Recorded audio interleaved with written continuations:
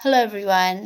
So मेरो आजको reflection is quite a bit different kind of reflection हैन. So usually मैले आज के रियलाइज गरेको भन्दाखेरि मी एज अ पर्सन मलाई चाहिँ निकै जाडो लाग्छ हैन. सो नर्मल डेजमा चाहिँ म लिटरली 3-4 लेयर्स अफ क्लोथ्स लगाइरहेको हुन्छु हैन. स्पेसली यो वार्म हुने कुराहरू चाहिँ लगाइरहेको हुन्छु. बट आज चाहिँ एउटा इभेन्ट थियो, एउटा पार्टी थियो and I had to go. अनि म चाहिँ यसरी नै यो विन्टरमा यस्तो स्लिभ लगाएर चाहिँ आई वेन्ट होइन. जस्ट त्यस एकदमै पातलो कुरा लगाएर गइरहेको छु अनि मलाई लिटरली जाडो नै फिल भएन कि.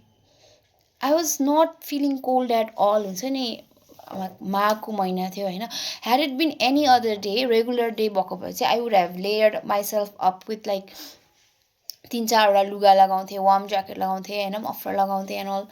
बट आज म यत्तिकै चाहिँ I went to a party and मलाई लिटरली पार्टीदेखि लाइक रेडी हुने टाइमदेखि घर आउन्जेलसम्म मलाई लिटरली 1% पनि जाडो लागेन. So what I came to conclusion is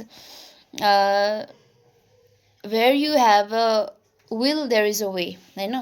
so मलाई साडी लगाएर जानु थियो. म साडी लगाएर गएँ and I didn't want to put on anything warm and I didn't feel cold. So मेरो एकजना साथीले भन्थ्यो कि मलाई सधैँ because he would always see me shivering होइन. अनि के भन्थ्यो भने जाडो फिल गर्नु भनेको चाहिँ एउटा स्टेट अफ माइन्ड हो भनेर भन्थ्यो कि.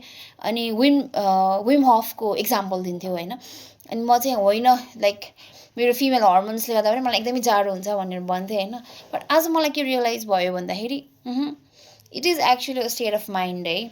So I decided I'm not going to feel cold today because I have to wear a sari.